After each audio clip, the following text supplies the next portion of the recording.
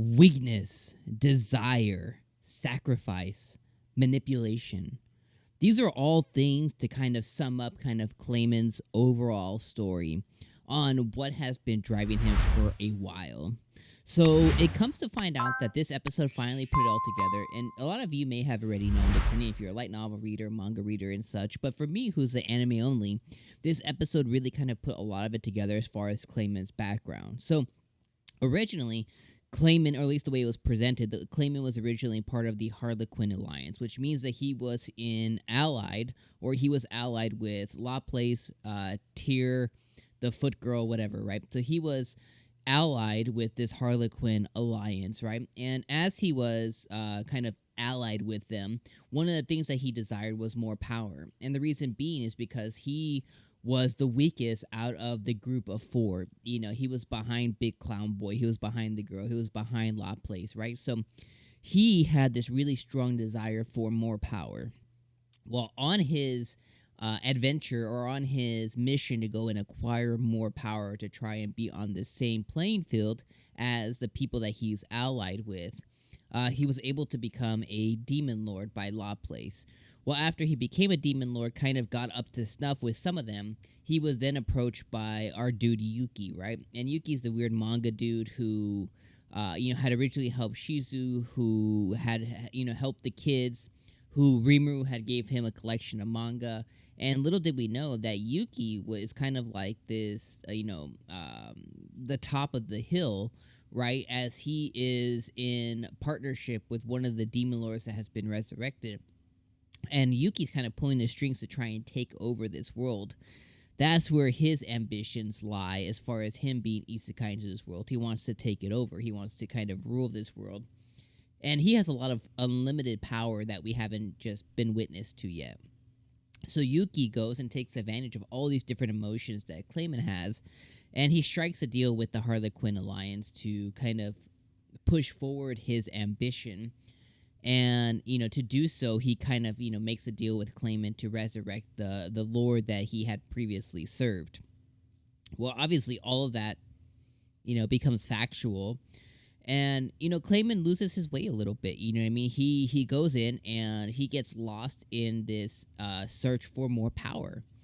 And even though he was warned a bunch of different times by, like, Laplace, by Footman, by the people around him, to be very mindful and be very careful, he just wasn't, right? He got blinded by his own ambition. He got blinded by his own fake power that still didn't match up to those around him, which led him to be in the current position that he is. And what's funny, or what's crazy, I guess you could say, is during all this time, this was all within margins of what Raphael was basically saying is going to happen when they end up facing Clayman.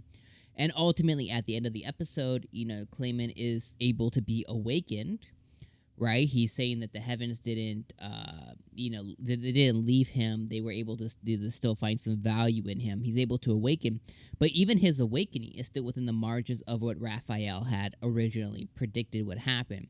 And it's actually a requirement, which leads me to believe on why, because I kept getting angry. I was like, why are they not, like, take his head, kill him? And this is all in margins of what Raphael had imagined to do. And the reason that they wanted him to awaken was so they could release the souls that he has been, not internalizing, but that he has been hoarding. They want to be able to release all those souls of all the crazy amount of people that he's killed in the past. So this is going to serve two purposes. One, to free all those souls. And two, by taking him down in this setting, in this place, it'll solidify Rimuru as a Demon Lord among the other Demon Lords. So I think that's just, it's an interesting story. It's so good, by the way. It's just so effing good. But it's an interesting story, and it's crazy on how it kind of, like, everything's been going as planned. So I just kind of find that really interesting. I'm very excited as we go into next week's episode. Next week's episode, I did have it marked down. Next week's episode is called Octogram. So I don't know what that means specifically, but next week's episode is called Octogram. So I'm very excited to jump in next week as we kind of wrap up Clayman's story, as we wrap up everything that's happening there, and then what's gonna happen after Rimuru defeats Clayman. What's gonna happen between him and like Cromwell. What's gonna happen between him and like the other demon lords that are there. We know that he just shook hands with Carrion, but once Clayman is out the way, the bigger fish here is getting revenge for Shizu. And Cromwell is, he's the dude. He's the dude you get. Do you just shake his hand, move on, and you come to a mutual understanding of where he was coming from, or does something more happen there? I'm very interested to see. So that's kind of what happened this episode. Now, outside of the core story, the things that were bad freaking ass during this episode. Let me take us two steps back. This episode is also hilarious by Veldora, man. I swear, Veldora, he comes out with Haryukens and Shoryukens and Kamehameha waves. Like, he comes out, and when he finally comes to play, we find out that Milim is his niece. That's his brother's daughter, which, what? Like, we knew that he has some ties, right? And he has a sister. He has an older sister, but apparently he had a brother, and the brother had a child. And we knew Milim's backstory, and that ended up being Veldora's brother. Like, yo, what the F? Like, that's so cool to see all these different tie-ins. So Veldora goes to fight Milim, and he's doing the Haryukens and Kamehamehas, and I was like, oh my god. I was like, no, they did it. It's like, freaking Veldora. I love him so much. He's such a freaking ass good character. But, the fight between him and Milim is just ridiculous. Come to find out that Raphael kind of figured it out before Rimuru, but Rimuru always cuts her off. Milim wasn't being controlled, you know what I mean? She was acting to try and get the bigger fish, right? She was acting in collusion with Freya, with Freya or whatever. And, she was acting in collusion, but she was acting. Even though she had to beat Carrion's ass, she was still acting to try and make it real, to try and deceive Clayman, which she was very successful at. Then you have Shion, who's fighting Clayman, and the power difference between them is just immense and awesome. And I love how he does his ultimate attack, and she was like, am I supposed to be feeling something right now? Should I wait? Do I need to wait? Should I wait? And I was just like, oh my god. Like, it's just so good. It's so good. It's just so good. I love those moments. And she's like, okay, I'm not going to wait any longer. Papa. You know what I mean? She breaks out of his spell and stuff. Just overall, I mean, it was just so good. And then, she completely destroys him. She takes his arms away. He has 6 arms. She cuts them all off.